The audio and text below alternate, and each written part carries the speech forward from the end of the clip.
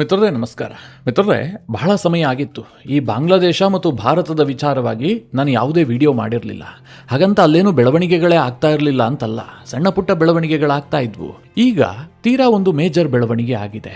ಅದೇನು ಕೇಳಿದ್ರೆ, ಬಾಂಗ್ಲಾದೇಶದ ಪ್ರಧಾನಿಗೆ ಭಾರತಕ್ಕೆ ಬರೋದಕ್ಕೆ ಭಾರತ ಇನ್ವಿಟೇಷನ್ ಕೊಟ್ಟಿತ್ತು, ನಮ್ಮ ದೇಶಕ್ಕೆ ಬನ್ನಿ ಅಂತ. ಆದರೆ ಬಾಂಗ್ಲಾದ ಪ್ರಧಾನಿ ಭಾರತಕ್ಕೆ ಬರೋದಕ್ಕೆ ಷರತ್ತನ್ನು ವಿಧಿಸಿದ್ದಾನೆ. 2 ವರ್ಷದ ಹಿಂದೆ ಮಾಲ್ಡೀವ್ಸ್ನ ಪ್ರಧಾನಿಯಾದ ತಕ್ಷಣ ಮುಯಿಜು ಯಾವ ರೀತಿಯಾಗಿ ಮಾಡಿದ್ನೋ ಅದೇ ರೀತಿಯ ಹಾದಿಯನ್ನ ಬಾಂಗ್ಲಾದ ಪ್ರಧಾನಿ ತಾರಿಕ್ ರೆಹಮಾನ್ ಕೂಡ ಅನುಸರಿಸ್ತಾ ಇದ್ದಾನೆ.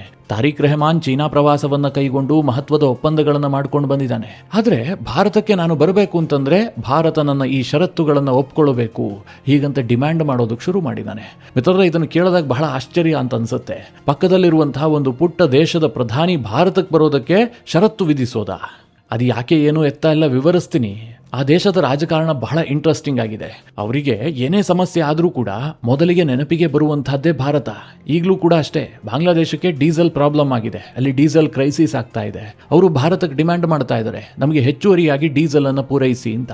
ಇನ್ನೊಂದು ಕಡೆ ಭಾರತಕ್ಕೆ ಅತಿಥಿಯಾಗಿ ಬರೋದಕ್ಕೆ ಅಲ್ಲಿನ ಪ್ರಧಾನಿ ಭಾರತಕ್ಕೆ ಷರತ್ತನ್ನು ವಿಧಿಸ್ತಾ ಇದ್ದಾನೆ. ಈ ಇಡೀ ವಿಷಯದ ಕುರಿತಾಗಿ ಸ್ವಲ್ಪ ವಿಸ್ತಾರವಾಗಿ ಹೇಳ್ತೀನಿ, ನೀವು ಈ ವಿಡಿಯೋನ ಕೊನೆವರೆಗೂ ಮಿಸ್ ಮಾಡದೆ ನೋಡಿ.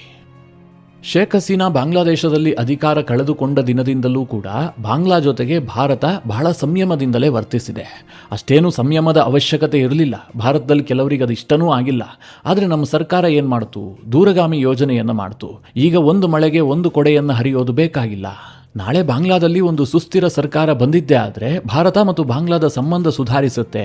ಯಾಕೆ ಭಾರತಕ್ಕೆ ಹೀಗೆ ಅನ್ನಿಸ್ತು ಕೇಳಿದ್ರೆ, ನಮಗೆ ಇನ್ನೊಂದು ಪಾಕಿಸ್ತಾನ ಬೇಕಾಗಿರಲಿಲ್ಲ, ಪಕ್ಕದಲ್ಲಿ ಬಾಂಗ್ಲಾದೇಶವೇ ಇರಬೇಕು. ಅದು ಪಾಕಿಸ್ತಾನದ ರೀತಿಯಲ್ಲಿ ವರ್ತಿಸೋದಕ್ಕೆ ಶುರು ಮಾಡಿದ್ದೇ ಆದರೆ ಭಾರತಕ್ಕೆ ಅನಗತ್ಯವಾಗಿ ಒಂದಷ್ಟು ಸಮಸ್ಯೆಗಳು ಕ್ರಿಯೇಟ್ ಆಗ್ತವೆ.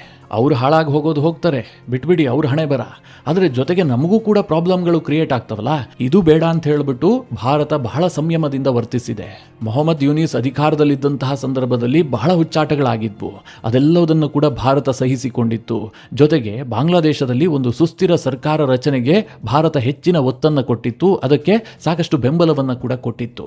ಯಾವಾಗ ಬಾಂಗ್ಲಾದಲ್ಲಿ ಶೇಖ್ ಹಸೀನಾಗೆ ಮತ್ತು ಅವರ ಅವಾಮಿ ಲೀಗ್ ಪಕ್ಷಕ್ಕೆ ಬಾಂಗ್ಲಾದೇಶದ ರಾಜಕಾರಣದಲ್ಲಿ ಬಾಗಿಲು ಮುಚ್ಚಿದೆ ಅಂತ ಭಾರತಕ್ಕೆ ಅರ್ಥ ಆಯಿತು, ತಕ್ಷಣ BNP ಕಡೆಗೆ ಭಾರತ ಸ್ವಲ್ಪ ಒಲವನ್ನು ತೋರಿಸ್ತು. ಇದೆಲ್ಲ ನಿಮಗೆ ಗೊತ್ತಿರುವಂತಹ ವಿಚಾರ, ನಾನು ಹಿಂದೆ ಹಲವು ಬಾರಿ ವಿವರಿಸಿದ್ದೀನಿ. ಆದರೆ ತುಂಬ ಟೈಮ್ ಆಗಿರುವ ಕಾರಣದಿಂದಾಗಿ ನಿಮಗೆ ಸ್ವಲ್ಪ ನೆನಪು ಮಾಡಿಕೊಡ್ತಾ ಇದ್ದೀನಿ ಅಷ್ಟೇ. ಯಾಕೆ ಭಾರತ BNP ಪಕ್ಷದ ಜೊತೆಗೆ ಎಂಗೇಜ್ ಆಯಿತು ಕೇಳಿದ್ರೆ, ಬಾಂಗ್ಲಾದಲ್ಲಿ ಒಂದು ರ್ಯಾಡಿಕಲ್ ಮೈಂಡ್ ಸೆಟ್ನ ಪಕ್ಷ ಅಧಿಕಾರಕ್ಕೆ ಬರೋದು ಬೇಕಾಗಿರಲಿಲ್ಲ. BNP ಅಧಿಕಾರಕ್ಕೆ ಬರೋದಿಲ್ಲ ಅಂತಂದ್ರೆ ಅಲ್ಲಿ ಜಮಾತೆ ಇಸ್ಲಾಮಿ ಅಧಿಕಾರಕ್ಕೆ ಬರ್ತಾ ಇತ್ತು. ಅದೇನಾದರೂ ಅಧಿಕಾರಕ್ಕೆ ಬಂದಿದ್ದೇ ಆದರೆ ಬಾಂಗ್ಲಾದೇಶದಲ್ಲಿ ಹಿಂದೂಗಳಿಗೆ ನರಕ ಸದೃಶ ವಾತಾವರಣ ನಿರ್ಮಾಣ ಆಗುತ್ತೆ. ಹೀಗಾಗಿ ಅದಾಗಬಾರ್ದು, ಬಾಂಗ್ಲಾದಲ್ಲಿ ಸುಸ್ಥಿರ ಸರ್ಕಾರ ಬರಬೇಕು ಅಂತ BNPಯ ಜೊತೆಗೆ ಭಾರತ ಎಂಗೇಜ್ ಆಯಿತು. ಎಷ್ಟರ ಮಟ್ಟಿಗೆ ಕೇಳಿದ್ರೆ, BNPಯ ನಾಯಕಿ ಮಾಜಿ ಪ್ರಧಾನಿ ಖಾಲಿದಾ ಜಿಯಾ ಸತ್ತೋದಂತಹ ಸಂದರ್ಭದಲ್ಲಿ ಭಾರತದ ಸರ್ಕಾರ ನಿಯೋಗವನ್ನು ಕಳುಹಿಸಿಕೊಟ್ಟಿತ್ತು. ಫೆಬ್ರವರಿಯಲ್ಲಿ ನಡೆದಂತಹ ಚುನಾವಣೆಯಲ್ಲಿ ತಾರಿಕ್ ರೆಹಮಾನ್ ವಿನ್ ಆಗ್ತಿದ್ದ ಹಾಗೆ ಭಾರತದ ಪ್ರಧಾನಿಯೇ ಫಸ್ಟ್ ವಿಶ್ ಮಾಡಿದ್ದು. ಅಷ್ಟೇ ಅಲ್ಲ, ತಾರಿಕ್ ರೆಹಮಾನ್ ಅಧಿಕಾರ ಸ್ವೀಕರಿಸುವಂತಹ ಸಮಾರಂಭಕ್ಕೆ ಭಾರತ ಸರ್ಕಾರ ತನ್ನ ನಿಯೋಗವನ್ನು ಕಳುಹಿಸಿಕೊಟ್ಟಿತ್ತು. ಭಾರತದ ಸ್ಪೀಕರ್ ಓಂ ಬಿರ್ಲಾ ಅಲ್ಲಿಗೆ ಹೋಗಿದ್ರು. ಇದೆಲ್ಲ ಆಗಿ 6 ತಿಂಗಳಾಯಿತು. ತಾರಿಕ್ ರೆಹಮಾನ್ ಅಧಿಕಾರ ವಹಿಸಿಕೊಂಡೇ 6 ತಿಂಗಳಾಗಿ ಹೋಯಿತು. ಇಷ್ಟು ದಿನ ಆದರೂ ಕೂಡ ತಾರಿಕ್ ರೆಹಮಾನ್ ಭಾರತಕ್ಕೆ ಪ್ರವಾಸ ಕೈಗೊಂಡಿಲ್ಲ. ಸಾಮಾನ್ಯವಾಗಿ ಈ ಹಿಂದೆಲ್ಲ ಏನಾಗ್ತಾ ಇತ್ತು, ನಮ್ಮ ಅಕ್ಕಪಕ್ಕದ ದೇಶದಲ್ಲಿ ಯಾರೇ ಅಧಿಕಾರಕ್ಕೆ ಬಂದರೂ ಕೂಡ ಅವರು ಮೊದಲು ಭಾರತಕ್ಕೆ ಬರ್ತಾ ಇದ್ರು.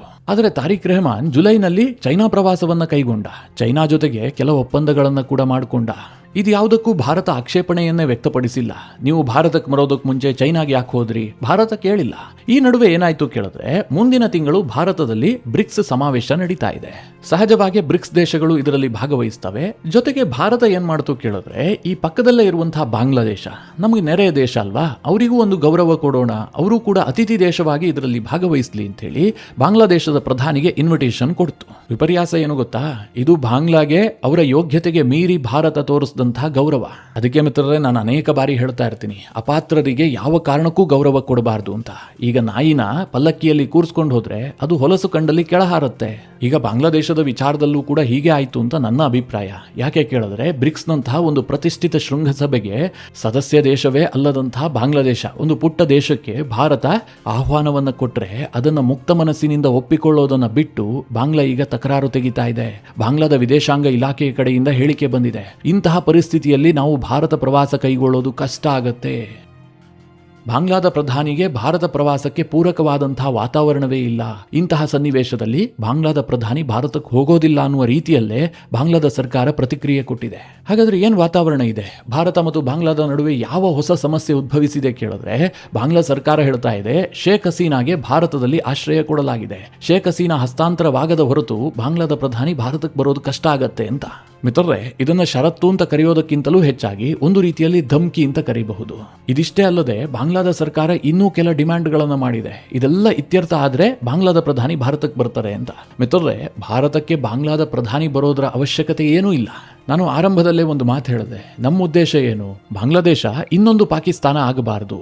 ಬಹಳ ದೊಡ್ಡದಾದಂತಹ ಗಡಿ ಹಂಚಿಕೊಂಡಿರುವಂತಹ ದೇಶ, ಪಕ್ಕದಲ್ಲೇ ಇರುವಂತಹ ದೇಶ, ಸಾಂಸ್ಕೃತಿಕವಾಗಿಯೂ ಕೂಡ ನಮಗೆ ಅವರಿಗೆ ಬಹಳ ರಿಲೇಷನ್ಶಿಪ್ ಇದೆ. ಇಂತಹ ದೇಶ ಪಾಕಿಸ್ತಾನದಂತೆ ನಮಗೆ ಶತ್ರು ದೇಶ ಅಂತ ಪರಿಗಣಿಸುವಂತಹ ಪರಿಸ್ಥಿತಿ ಬರಬಾರದು ಅನ್ನುವ ರೀತಿಯಲ್ಲಿ ಭಾರತ ಯತ್ನ ಮಾಡ್ತಾ ಇದೆ. ಆದರೆ ಬಾಂಗ್ಲಾದೇಶ ಇದನ್ನೇ ಭಾರತದ ವೀಕ್ನೆಸ್ ಅಂತ ಪರಿಗಣಿಸಿದೆಯೋ ಏನೋ ಗೊತ್ತಿಲ್ಲ. ಅವ್ರು ಹೇಳ್ತಾರೆ ಈ ಎಲ್ಲ ವಿಚಾರ ಇತ್ಯರ್ಥ ಆಗದ ಹೊರತು, ಮುಖ್ಯವಾಗಿ ಶೇಖ್ ಹಸೀನಾ ಹಸ್ತಾಂತರವಾಗದ ಹೊರತು ಬಾಂಗ್ಲಾದೇಶದ ಪ್ರಧಾನಿ ಭಾರತಕ್ಕೆ ಬರೋದು ಕಷ್ಟ ಇದೆ ಅಂತ. ಯಾಕೆ ಬಾಂಗ್ಲಾದೇಶ ಹಾಗೆ ಹೇಳ್ತಾ ಇದೆ? ಶೇಖ್ ಹಸೀನಾ ಹಸ್ತಾಂತರ ದಿಢೀರಂತ ಯಾಕೆ ಮುನ್ನೆಲೆಗೆ ಬಂತು? ಹಾಗೆ ನೋಡೋದಕ್ಕೆ ಹೋದ್ರೆ ತಾರಿಕ್ ರೆಹಮಾನ್ ಅಧಿಕಾರಕ್ಕೆ ಬರೋದಕ್ಕೆ ಮುಂಚೆ ಬಾಂಗ್ಲಾದೇಶದಲ್ಲಿ ಸಾಕಷ್ಟು ಪ್ರಚಾರ ಮಾಡ್ದ, ಅನೇಕ ರ್ಯಾಲಿಗಳನ್ನೆಲ್ಲ ಉದ್ದೇಶಿಸಿ ಮಾತನಾಡಿದ್ದ. ಆ ಎಲ್ಲ ಸಂದರ್ಭದಲ್ಲೂ ಕೂಡ ಶೇಖ್ ಹಸೀನಾ ಹಸ್ತಾಂತರವನ್ನ ಆತ ಹೆಚ್ಚು ಪ್ರಸ್ತಾಪವನ್ನೇ ಮಾಡ್ತಾ ಇರಲಿಲ್ಲ. ಆತನಿಗೂ ತುಂಬಾ ಚೆನ್ನಾಗಿ ಗೊತ್ತಿತ್ತು, ನಾವು ಶೇಖ್ ಹಸೀನಾರನ್ನ ಹಸ್ತಾಂತರ ಮಾಡಿಸಿಕೊಳ್ಳೋದಕ್ಕೆ ಸಾಧ್ಯ ಇಲ್ಲ. ಒಂದು ವೇಳೆ ಶೇಖ್ ಹಸೀನಾ ಮನಸ್ಸು ಬದಲಾಯಿಸಿ ಬಾಂಗ್ಲಾದೇಶಕ್ಕೆ ಬಂದಿದ್ದೆ ಆದ್ರೆ ಬರಬಹುದು. ಅದನ್ನ ಬಿಟ್ಟು ಭಾರತ ಸರ್ಕಾರದ ಮೇಲೆ ಒತ್ತಡ ಹಾಕ್ಬಿಟ್ಟು ಹಸ್ತಾಂತರ ಮಾಡಿಸಿಕೊಳ್ಳುವಂತಹದ್ದು ಬಹಳ ಕಷ್ಟ ಇದೆ ಅಂತ ತಾರಿಕ್ ರೆಹಮಾನ್ಗೆ ತುಂಬಾ ಚೆನ್ನಾಗಿ ಗೊತ್ತಿತ್ತು. ಜೊತೆಗೆ ಅಂತಹ ಬೇಡಿಕೆಗಳು ಭಾರತ ಮತ್ತು ಬಾಂಗ್ಲಾದ ಸಂಬಂಧವನ್ನ ಇನ್ನಷ್ಟು ಹದಗೆಡಿಸುತ್ತೆ. ಇದು ಬಾಂಗ್ಲಾದಲ್ಲಿ ನಾನು ಸರ್ಕಾರ ನಡೆಸೋದಕ್ಕೂ ಕೂಡ ಕಷ್ಟ ಮಾಡುತ್ತೆ ಅಂತ ತಾರಿಕ್ ರೆಹಮಾನ್ ಅರ್ಥ ಮಾಡಿಕೊಂಡಿದ್ದ. ಅಂತಹದ್ರಲ್ಲಿ ದಿಢೀರಂತ ಶೇಖ್ ಹಸೀನಾ ಹಸ್ತಾಂತರವನ್ನ ಯಾಕೆ ಮುನ್ನೆಲೆಗೆ ತರ್ತಾ ಇದ್ದಾರೆ? ಯಾಕೆ ಬಾಂಗ್ಲಾ ಸರ್ಕಾರ ಇದನ್ನೇ ದೊಡ್ಡ ಡಿಮ್ಯಾಂಡ್ ಅಂತ ಮುಂದಿಡ್ತಾ ಇದೆ ಕೇಳಿದ್ರೆ, ಇದೇ ಆಗಸ್ಟ್ 5ನೇ ತಾರೀಕು ಶೇಖ್ ಹಸೀನಾ ಮೊಟ್ಟ ಮೊದಲ ಬಾರಿಗೆ ಒಂದು ಪ್ರೆಸ್ ಮೀಟ್ ಮಾಡ್ತಾರೆ. ಅಂದ್ರೆ ಅವರು ಬಾಂಗ್ಲಾದಲ್ಲಿ ಅಧಿಕಾರವನ್ನ ಕಳೆದುಕೊಂಡ್ರಲ್ಲ, ಅದಾದ ಬಳಿಕ ಅವರು ಯಾವುದೇ ಪ್ರೆಸ್ ಮೀಟ್ ಮಾಡಿರಲಿಲ್ಲ. ಭಾರತಕ್ಕೆ ಬಂದ ಬಳಿಕ ಅವರು ಟೋಟಲಿ ಅಜ್ಞಾತವಾಸದಲ್ಲೇ ಇದ್ರು. ಯಾವುದೇ ಸಾರ್ವಜನಿಕ ಸಂಪರ್ಕಕ್ಕೆ ಬಂದಿರಲಿಲ್ಲ. ಅವರೇನೇ ಹೇಳಿಕೆ ಕೊಡೋದಾಗಿದ್ರು ಕೂಡ ಸೋಷಿಯಲ್ ಮೀಡಿಯಾ ಮೂಲಕವಾಗಿ ಹೇಳಿಕೆ ಬಿಡುಗಡೆ ಮಾಡ್ತಾ ಇದ್ರು, ಪತ್ರವನ್ನ ರಿಲೀಸ್ ಮಾಡ್ತಾ ಇದ್ರು. ಆದರೆ ಆಗಸ್ಟ್ 5ನೇ ತಾರೀಕು ದೆಹಲಿಯಲ್ಲಿ ಒಂದು ಪತ್ರಿಕಾಗೋಷ್ಠಿಯನ್ನ ನಡೆಸ್ತಾರೆ. ಅದರಲ್ಲಿ ಶೇಖ್ ಹಸೀನಾ ನಾನು ಡಿಸೆಂಬರ್ ವೇಳೆಗೆ ಬಾಂಗ್ಲಾದೇಶಕ್ಕೆ ವಾಪಸ್ ಹೋಗ್ತೀನಿ, ನನ್ನನ್ನು ತಡೆಯೋದಕ್ಕೆ ಯಾರಿಂದಲೂ ಸಾಧ್ಯ ಇಲ್ಲ, ಬಾಂಗ್ಲಾದೇಶದಲ್ಲಿ ನನ್ನ ಪಕ್ಷವಾದಂತಹ ಅವಾಮಿ ಲೀಗ್ನ ಕಾರ್ಯಕರ್ತರನ್ನ ರಕ್ಷಿಸಬೇಕಾಗಿದೆ ಅಂತ ಶೇಖ್ ಹಸೀನಾ ಒಂದು ಸ್ಟೇಟ್ಮೆಂಟ್ ಕೊಡ್ತಾರೆ. ಶೇಖ್ ಹಸೀನಾರ ಈ ನಡೆ ಇದೆಯಲ್ಲ, ಬಾಂಗ್ಲಾದಲ್ಲಿ ಅಧಿಕಾರದಲ್ಲಿರುವಂತಹ ತಾರಿಕ್ ರೆಹಮಾನ್ ಸರ್ಕಾರವನ್ನ ಸ್ವಲ್ಪ ಹೆಚ್ಚೇ ವಿಚಲಿತಗೊಳಿಸಿದೆ. ಯಾಕೆ ರೆಹಮಾನ್ ಸರ್ಕಾರ ವಿಚಲಿತಗೊಳ್ಳಬೇಕು? ಇತ್ತೀಚೆಗೆ ನಡೆದಂತಹ ಚುನಾವಣೆಯಲ್ಲಿ ಬಾಂಗ್ಲಾದಲ್ಲಿ BNP ಪಕ್ಷ ಭರ್ಜರಿ ಬಹುಮತದೊಂದಿಗೆ ಅಧಿಕಾರಕ್ಕೆ ಬಂದಿದೆ. 2/3 ಮೆಜಾರಿಟಿ ಸಿಕ್ಕಿದೆ. ಹೀಗಿರುವಾಗ ಯಾವುದೇ ಶಕ್ತಿ ಇಲ್ಲದೆ, ಅದೂ ಅಲ್ಲದೆ ಬಾಂಗ್ಲಾದಲ್ಲಿ ಮರಣದಂಡನೆಗೆ ಗುರಿಯಾಗಿರುವಂತಹ ಶೇಖ್ ಹಸೀನಾ ಬಾಂಗ್ಲಾಗೆ ಬಂದಿದ್ದೆ ಆದ್ರೆ ಯಾಕೆ ಆ ಸರ್ಕಾರ ಶೇಕ್ ಆಗಬೇಕು? ಅವ್ರಿಗೆ ಯಾಕೆ ಆತಂಕ ಆಗಬೇಕು? ಈ ಪ್ರಶ್ನೆ ಬರುತ್ತಲ್ವಾ? ಮಿತ್ರರೇ, ಇವತ್ತು BNP ಯಾವ ರೀತಿಯಾಗಿ ಯೋಚನೆ ಮಾಡ್ತಾ ಇದೆ ಕೇಳಿದ್ರೆ, ಶೇಖ್ ಹಸೀನಾರನ್ನ ನೀವು ರಾಜಕೀಯ ಪವರನ್ನು ಬಳಸಿ ಅವರನ್ನು ಸೈಡ್ ಲೈನ್ ಮಾಡಬಹುದು ಅಥವಾ ಅವರನ್ನು ಅರೆಸ್ಟ್ ಕೂಡ ಮಾಡಿಸಬಹುದು. ಆದರೆ ಶೇಖ್ ಹಸೀನಾರ ಅವಾಮಿ ಲೀಗ್ ಇದೆಯಲ್ಲ, ಬಾಂಗ್ಲಾದಲ್ಲಿ ತುಂಬಾ ಪಾಪ್ಯುಲರ್ ಪಕ್ಷ. ಅದಕ್ಕೆ ಬಹಳ ದೊಡ್ಡ ಕಾರ್ಯಕರ್ತರ ಪಡೆ ಇದೆ. ಬಾಂಗ್ಲಾದೇಶದ ಸ್ವತಂತ್ರ ಹೋರಾಟಕ್ಕೆ ಕಾರಣವಾದಂತಹ ಒಂದು ಪೊಲಿಟಿಕಲ್ ಮೂವ್ಮೆಂಟ್ ಅದು. ಅಂತಹ ಪಕ್ಷವನ್ನ ನೀವು ಕೇವಲ ಕಾನೂನಾತ್ಮಕವಾಗಿ ಬ್ಯಾನ್ ಮಾಡುವ ಮೂಲಕ ಕಂಪ್ಲೀಟ್ ಆಗಿ ನಾಮಾವಶೇಷ ಮಾಡೋದಕ್ಕೆ ಸಾಧ್ಯ ಇಲ್ಲ. ಅದರ ಕಾರ್ಯಕರ್ತರು ಇನ್ನೂ ಜೀವಂತವಾಗಿದ್ದಾರೆ, ಅವರ ಬಳಿಯಲ್ಲಿ ಶಕ್ತಿ ಇದೆ. ಅವರು ಇವತ್ತಲ್ಲ ನಾಳೆ ನಾವು ಬಾಂಗ್ಲಾದಲ್ಲಿ ಮತ್ತೆ ತಲೆ ಎತ್ತುತ್ತೀವಿ, ನಮ್ಮ ಮೇಲಿರುವಂತಹ ಬ್ಯಾನ್ ಅಂತ್ಯ ಆಗತ್ತೆ, ನಮ್ಮ ನಾಯಕರು ಅಧಿಕಾರಕ್ಕೆ ಬರ್ತಾರೆ ಎನ್ನುವಂತಹ ಪ್ರಯತ್ನದಲ್ಲಿದ್ದಾರೆ. ಈ ಬಾರಿ ಬಾಂಗ್ಲಾದೇಶದಲ್ಲಿ ಹೇಗೆ ಚುನಾವಣೆ ನಡೀತು ನಿಮಗೆಲ್ಲ ಗೊತ್ತು. ಅಲ್ಲಿದ್ದು ಮೊಹಮ್ಮದ್ ಯೂನಿಸ್ನ ಮಧ್ಯಂತರ ಸರ್ಕಾರ. ಅವರು ಅವಾಮಿ ಲೀಗ್ ಪಕ್ಷವನ್ನೇ ಬ್ಯಾನ್ ಮಾಡಿದ್ರು. ಅವರಿಗೆ ಚುನಾವಣೆ ಎದುರಿಸೋದಕ್ಕೆ ಅವಕಾಶನೇ ಇರಲಿಲ್ಲ. BNP ಮತ್ತು ಈ ಜಮಾತೆ ಇಸ್ಲಾಮಿ ನಡುವೆ ಫೈಟ್ ಆಯಿತು. BNP ಪಕ್ಷ ಗೆದ್ದು ಅಧಿಕಾರಕ್ಕೆ ಬಂತು. ಈ ಗೆಲುವು ಯಾವ ರೀತಿಯಾಗಿ ಕೇಳಿದ್ರೆ, ಈಗ ಒಂದು ರನ್ನಿಂಗ್ ರೇಸ್ನಲ್ಲಿ ಕಳೆದ ಒಂದು 4-5 ಬಾರಿ ಒಬ್ಬ ನಿರಂತರವಾಗಿ ಗೆಲ್ತಾ ಇರ್ತಾನೆ. ಆತನ ಸಮೀಪಕ್ಕೂ ಯಾರು ಬರೋದಕ್ಕೆ ಸಾಧ್ಯ ಆಗ್ತಾ ಇರೋದಿಲ್ಲ. ಈ ಬಾರಿ ನಡೆಯುವಂತಹ ರನ್ನಿಂಗ್ ರೇಸ್ನಲ್ಲಿ ಆತನನ್ನ ಬ್ಯಾನ್ ಮಾಡಿ ಪಕ್ಕಕ್ಕೆ ಕೂರಿಸ್ಬಿಟ್ಟು ಉಳಿದ ಅಭ್ಯರ್ಥಿಗಳು ಓಡಿದ್ರೇನ ಹೇಳಿ, ಕಳೆದ ಬಾರಿ ಸೆಕೆಂಡ್ ಪ್ರೈಸ್ ಪಡೆದಿರ್ತಾನಲ್ಲ ಆತ ಈ ಬಾರಿ ಫಸ್ಟ್ ಬರುವಂತಹದ್ದು ಬಹುತೇಕ ನಿಚ್ಚಳ ಆಗಿರುತ್ತೆ. ಬಾಂಗ್ಲಾದೇಶದಲ್ಲಿ ಹೀಗೆ ಆಗಿದ್ದು. ಇದು BNPಗೆ ತುಂಬಾ ಚೆನ್ನಾಗಿ ಗೊತ್ತು. ಶೇಖ್ ಹಸೀನಾ ಮತ್ತೆ ಬಾಂಗ್ಲಾದೇಶಕ್ಕೆ ಬರುವಂತಹದ್ದು ಅಥವಾ ಭಾರತದಲ್ಲಿ ಇದ್ದುಕೊಂಡೇ ಪೊಲಿಟಿಕಲಿ ಹೆಚ್ಚು ಆಕ್ಟಿವ್ ಆಗೋದು, ಪ್ರತಿನಿತ್ಯ ಹೇಳಿಕೆ ಕೊಡೋದು, ಪ್ರೆಸ್ ಮೀಟ್ ಮಾಡೋದು, ಇದನ್ನೆಲ್ಲ ಮಾಡ್ತಾ ಇದ್ರೆ ಬಾಂಗ್ಲಾದೇಶದಲ್ಲಿ ಕಿಡಿ ಹತ್ತಿಕೊಳ್ಳುತ್ತೆ. ಅವಾಮಿ ಲೀಗ್ನ ಕಾರ್ಯಕರ್ತರು ಹೆಚ್ಚು ಆಕ್ಟಿವ್ ಆಗ್ತಾರೆ.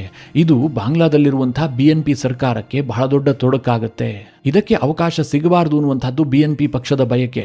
ಅದೇ ಕಾರಣಕ್ಕೋಸ್ಕರವಾಗಿ ಅವರು ಭಾರತ ಸರ್ಕಾರದ ಮೇಲೆ ಒತ್ತಡ ಹಾಕ್ತಾ ಇದ್ದಾರೆ. ನೀವು ಶೇಖ್ ಹಸೀನಾರನ್ನು ಹಸ್ತಾಂತರ ಮಾಡಿ ಅನಂತರ ನಮ್ಮ ದೇಶ ದೇಶದ ಪ್ರಧಾನಿ ನಿಮ್ಮ ದೇಶಕ್ಕೆ ಬರ್ತಾರೆ ಅಂತ. ಇಲ್ಲಿ ಮಿತ್ರರೇ, ಎದುರುಗಡೆ ಹೇಳಿಕೊಳ್ಳುವಂತಹದ್ದು ಈ ರೀತಿಯಾಗಿ. ಆದರೆ ಒತ್ತಡ ಯಾವ ರೀತಿಯಾಗಿ ಕೇಳಿದ್ರೆ, ಭಾರತದಲ್ಲಿರುವಂತಹ ಶೇಖ್ ಹಸೀನಾರನ್ನು ನೀವು ಹೌಸ್ ಅರೆಸ್ಟ್ ರೀತಿಯಲ್ಲಿ ಇಟ್ಟುಬಿಡಿ, ಯಾವುದೇ ಕಾರಣಕ್ಕೂ ಕೂಡ ಅವರು ಬಹಿರಂಗವಾಗಿ ಕಾಣಿಸ್ಕೊಳ್ಬಾರ್ದು, ಯಾವುದೇ ಹೇಳಿಕೆಗಳನ್ನು ಕೊಡಬಾರ್ದು, ಬಾಂಗ್ಲಾದೇಶದ ಯಾರೊಬ್ಬರ ಜೊತೆಗೂ ಕೂಡ ಟಚ್ನಲ್ಲಿರಬಾರ್ದು.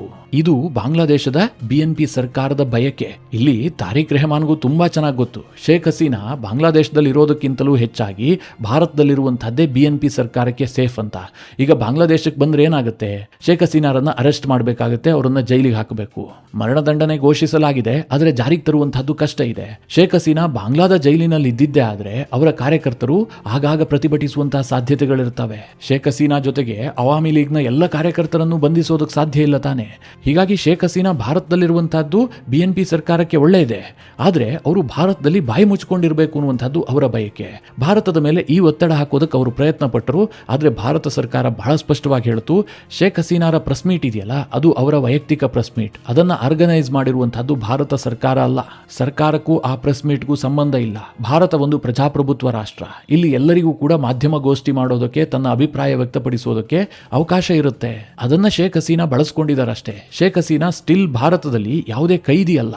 ಅವರೊಬ್ಬರು ನಿರಾಶ್ರಿತರಾಗಿ ಬಂದಂಥವ್ರು, ಅವರಿಗೆ ನಾವು ಆಶ್ರಯ ಕೊಟ್ಟಿದ್ದೀವಷ್ಟೇ. ಇದು ಭಾರತದ ಉತ್ತರ. ಭಾರತ ಸರ್ಕಾರದ ಈ ನಿಲುವಿದೆಯಲ್ಲ, ಇದು BNP ಸರ್ಕಾರಕ್ಕೆ ಒಪ್ಪಿಕೊಳ್ಳೋದಕ್ಕಾಗ್ತಾ ಇಲ್ಲ.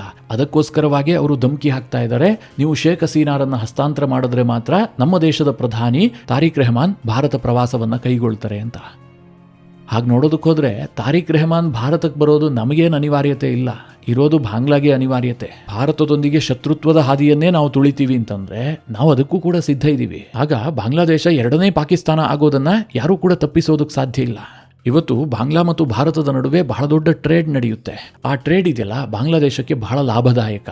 ಯಾಕೆ ಕೇಳಿದ್ರೆ, ಪಕ್ಕದಲ್ಲೇ ಇರುವಂತಹ ಭಾರತದಿಂದ ಈಸಿಯಾಗಿ ಟ್ರಾನ್ಸ್ಪೋರ್ಟ್ ಮಾಡಬಹುದು. ಉದಾಹರಣೆಗೆ, ಬಾಂಗ್ಲಾದಲ್ಲಿ ಹತ್ತಿ ಬಟ್ಟೆಯನ್ನು ಬಹಳ ದೊಡ್ಡ ಮಟ್ಟದಲ್ಲಿ ತಯಾರು ಮಾಡ್ತಾರೆ, ಅವರು ವಿದೇಶಕ್ಕೆಲ್ಲ ರಫ್ತು ಮಾಡ್ತಾರೆ. ಬಾಂಗ್ಲಾದೇಶದ ರಫ್ತಿನಲ್ಲಿ ಹತ್ತಿ ಬಟ್ಟೆಯ ಪಾತ್ರವೇ ಬಹಳ ದೊಡ್ಡದು. ಹಾಗೆ ಹತ್ತಿ ಬಟ್ಟೆಯನ್ನು ತಯಾರು ಮಾಡೋದಕ್ಕೆ ಅವರಿಗೆ ಕಚ್ಚಾ ಹತ್ತಿ ಬೇಕಲ್ಲ, ಅದು ಎಲ್ಲಿಂದ ಬರುತ್ತೆ? ಭಾರತದಿಂದಲೇ ಬರೋದು. ಅವ್ರು ಇನ್ಯಾವುದೋ ದೇಶದಿಂದ ಆ ಹತ್ತಿಯನ್ನ ಬೈ ಮಾಡ್ತೀವಿ ಅಂತಂದ್ರೆ ರಾ ಮೆಟೀರಿಯಲ್ಸ್ ಕಾಸ್ಟ್ ಜಾಸ್ತಿ ಆಗುತ್ತೆ. ಆಗ ಬಾಂಗ್ಲಾದಲ್ಲಿ ತಯಾರಾಗುವಂತಹ ಬಟ್ಟೆಯ ಪ್ರೊಡಕ್ಷನ್ ಕಾಸ್ಟ್ ಇದೆಯಲ್ಲ, ಇದು ಜಾಸ್ತಿ ಆಗುತ್ತೆ. ಅದರ ಪರಿಣಾಮ ಏನು ಕೇಳಿದ್ರೆ, ಮಾರ್ಕೆಟ್ ನಲ್ಲಿ ಅವರು ಕಾಂಪೀಟ್ ಮಾಡೋದು ಕಷ್ಟ ಆಗುತ್ತೆ. ಇದೆಲ್ಲವೂ ಕೂಡ ಒಂದಕ್ಕೊಂದಕ್ಕೆ ಚೈನ್ ಲಿಂಕ್. ಈ ಹಿಂದೆ ಪಾಕಿಸ್ತಾನವೂ ಕೂಡ ಇಂತಹದೇ ಕೆಟ್ಟ ತೀರ್ಮಾನ ಮಾಡಿತು. ಭಾರತ ಆರ್ಟಿಕಲ್ 370 ರದ್ದು ಮಾಡ್ತು ಅಂತ ಹೇಳ್ಬಿಟ್ಟು ಭಾರತದೊಂದಿಗಿನ ಎಲ್ಲಾ ವ್ಯಾಪಾರವನ್ನ ಪಾಕಿಸ್ತಾನದ ಸರ್ಕಾರ ಸಸ್ಪೆಂಡ್ ಮಾಡ್ಬಿಡ್ತು. ಈಗ ಭಾರತದಿಂದ ವಸ್ತುಗಳು ಬರ್ತಿಲ್ಲ ಅಂತಂದ್ರೆ ಪಾಕಿಸ್ತಾನದಲ್ಲೇ ಅದು ತಯಾರಾದ್ರೆ ಓಕೆ, ಇಲ್ಲ ಬೇರೆ ದೇಶಗಳಿಂದ ತರಿಸ್ಕೊಳ್ಬೇಕು ಅಂತಂದ್ರೆ ಆಗ ಟ್ರಾನ್ಸ್ಪೋರ್ಟೇಷನ್ ಕಾಸ್ಟ್ ಜಾಸ್ತಿ ಆಗುತ್ತೆ. ಅದರ ಪರಿಣಾಮ ಆ ವಸ್ತುವಿನ ಬೆಲೆಯೂ ಕೂಡ ಜಾಸ್ತಿ ಆಗುತ್ತೆ. ಹೀಗೆ ನೆರೆಯ ರಾಷ್ಟ್ರಗಳನ್ನು ಎದುರು ಹಾಕ್ಕೊಂಡ್ರೆ ಅನೇಕ ಸಮಸ್ಯೆಗಳು ಉಲ್ಬಣಿಸ್ತವೆ. ಅದಕ್ಕೆ ಭಾರತ ಬಾಂಗ್ಲಾದೇಶಕ್ಕೆ ಬಹಳ ದೊಡ್ಡ ಮನಸ್ಸನ್ನು ತೋರಿಸಿ ಎಲ್ಲವುದನ್ನು ಸರಿ ಮಾಡಿಕೊಳ್ಳಿ ಬನ್ನಿ ಅಂಥೇಳಿ ಆಹ್ವಾನ ಕೊಟ್ಟರೆ ತಾರಿಕ್ ರೆಹಮಾನ್ ಈಗ ಬಾಲ ಬಿಚ್ಚುತ್ತಾ ಇದ್ದಾನೆ. ನೋಡೋಣ ಮುಂದೇನಾಗುತ್ತೆ ಅಂತ. ಈ ಕುರಿತಾಗಿ ಏನಾದರೂ ಡೆವಲಪ್ಮೆಂಟ್ ಆದರೆ ನಿಮಗೆ ತಿಳಿಸುವಂತಹ ಪ್ರಯತ್ನ ಮಾಡ್ತೀನಿ. ಮಿತ್ರರೇ, ಈ ವಿಚಾರದ ಕುರಿತಾಗಿ ನಿಮ್ಮ ಅನಿಸಿಕೆ ಅಭಿಪ್ರಾಯಗಳೇನು? ಕಮೆಂಟ್ ಮಾಡುವ ಮೂಲಕ ನಮಗೆ ತಿಳಿಸಿ. ಹಾಗೆ ನಿಮಗೆ ಈ ವಿಡಿಯೋ ಇಷ್ಟವಾದರೆ ಲೈಕ್ ಮಾಡಿ. ಜೊತೆಗೆ ನೀವಿನ್ನೂ ನಿಮ್ಮ ನೆಚ್ಚಿನ ಸಂಸ್ಕಾರ ಸೌರಭ ಯೂಟ್ಯೂಬ್ ಚಾನಲ್ನ ಸಬ್ಸ್ಕ್ರೈಬ್ ಮಾಡಿಲ್ಲ ಅಂತಾದರೆ ಈ ಕೂಡಲೇ ಸಬ್ಸ್ಕ್ರೈಬ್ ಮಾಡಿ. ಮುಂದಿನ ಎಲ್ಲ ಅಪ್ಡೇಟ್ಗಳ ನೋಟಿಫಿಕೇಷನ್ಗಾಗಿ ಬೆಲ್ ಐಕಾನ್ ಒತ್ತಿ.